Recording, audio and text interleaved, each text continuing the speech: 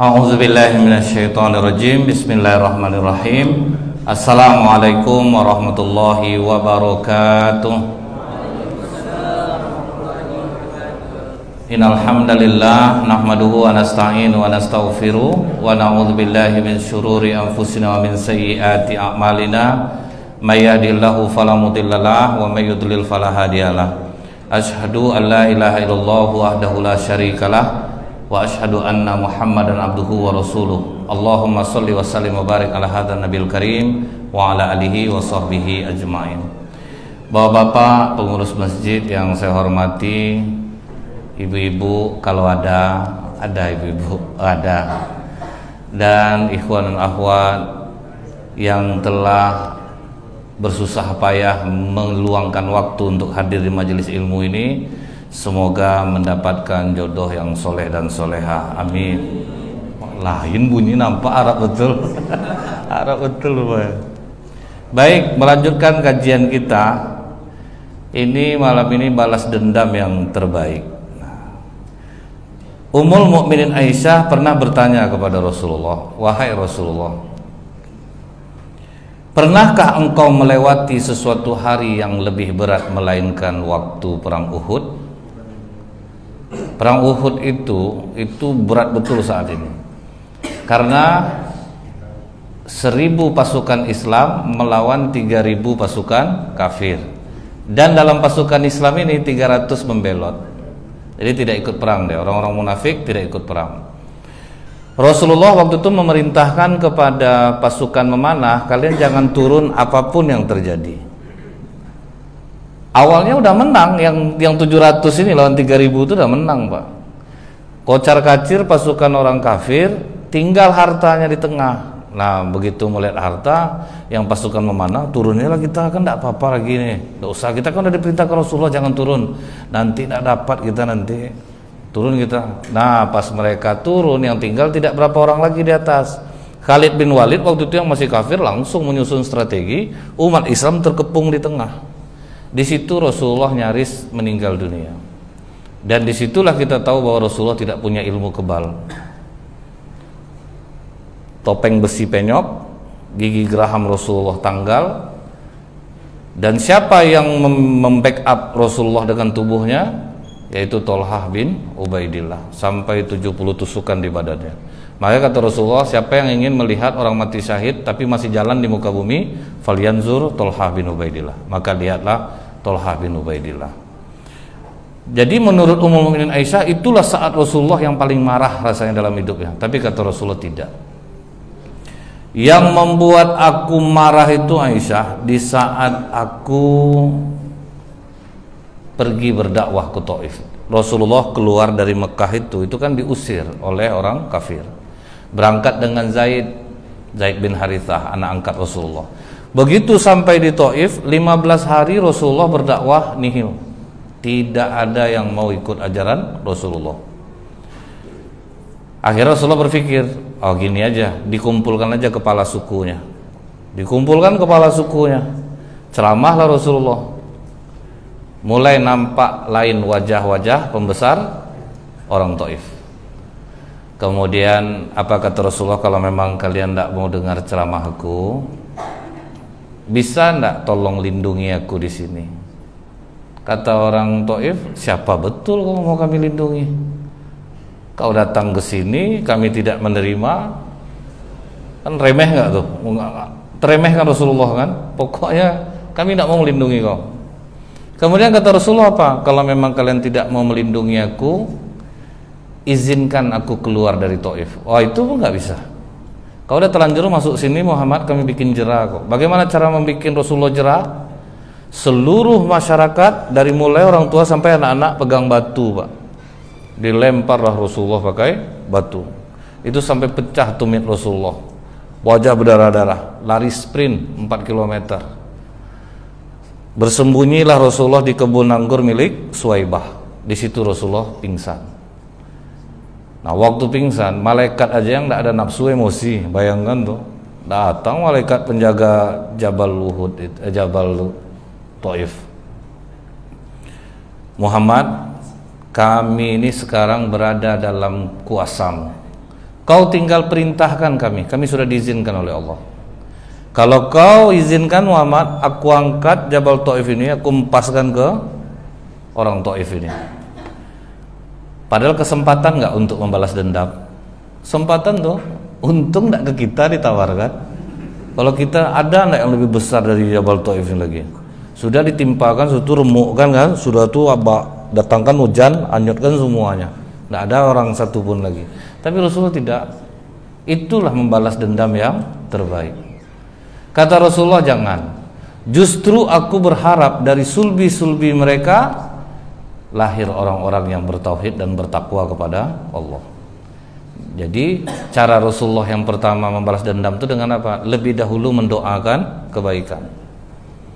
Jadi kalau kita mau balas dendam, ya dengan kebaikan kita balas. Jangan sampai kita membalasnya dengan kutukan, kemudian kau harus merasakan seperti apa yang kurasakan. Itu tuh sesuatu yang kuno sebetulnya, balas seperti itu tuh. Maafkan aku yang dulu, kan itu lagi tren dulu tuh. Dulu jelek, sekarang tambah parah rupanya kan, dulu dibagi dua ya fotonya tuh, ya. Maafkan aku yang dulu. Sedangkan yang udah separah itu aja Rasulullah tidak marah.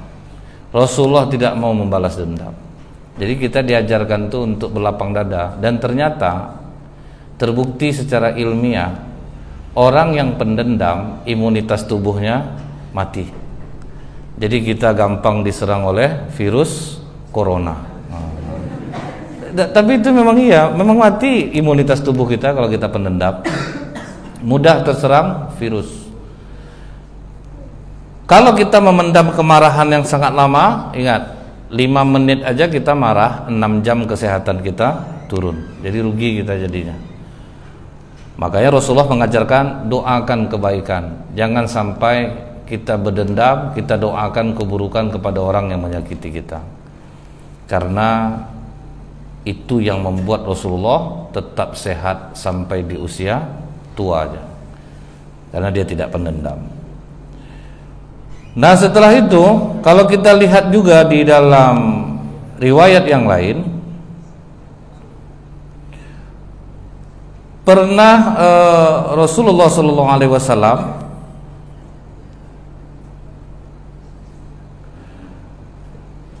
tertawa, kata para sahabat, waktu kami berbincang dengan Rasulullah, tiba-tiba Rasulullah tertawa ringan sampai terlihat gigi beliau yang putih.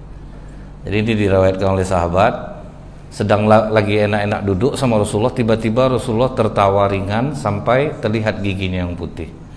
Lihat ya, gigi Rasulullah putih. Kalau kuning tolong di apalah nanti bersihkan karang gigi 200.000 kalau tidak salah. Tapi itu tidak BPJS tuh, pribadi. Gigi Rasulullah putih. Umar yang berada di sana kemudian bertanya kepada Rasulullah, "Ya Rasulullah, apa yang membuatmu tertawa?" Nah, jadi penasaran nih Umar, apa yang membuat kau tertawa ya Rasulullah? Karena memang wajah kita ini bisa mengubah mood orang. Jadi ketika orang ceria, pasti kita ikut ceria. Kalau kawan kita cemberut, tidak mungkin kita ketawa. Ngapa kau nih? Bahagia betul nampaknya. Orang ikut itu jadi ya. Jadi kalau kawan kita tuh cembetut, akan mengubah suasana hati kita. Jadi Rasulullah tersenyum, mengubah mood para sahabat. Bertanya sahabat kepada Rasulullah, apa yang membuat engkau tertawa ya Rasulullah? Jadi kata Rasulullah, aku diberitahu oleh Allah pada hari kiamat nanti ada 2 orang yang duduk bersimpuh sambil menundukkan kepala mereka di hadapan Allah. Jadi 2 orang duduk bersimpuh sambil menundukkan kepalanya. Salah satu di antara kedua orang ini berkata, "Ya Allah, ambilkan kebaikan orang ini untukku karena dia dulu pernah berbuat zalim kepadaku." Nah ini ingat nih, dosa yang cash dibayar Allah di dunia adalah kezaliman dengan memutuskan hubungan silaturahim. Orang zalim, orang yang terzolimi, baik dia Islam ataupun tidak Islam, doanya langsung diterima oleh Allah.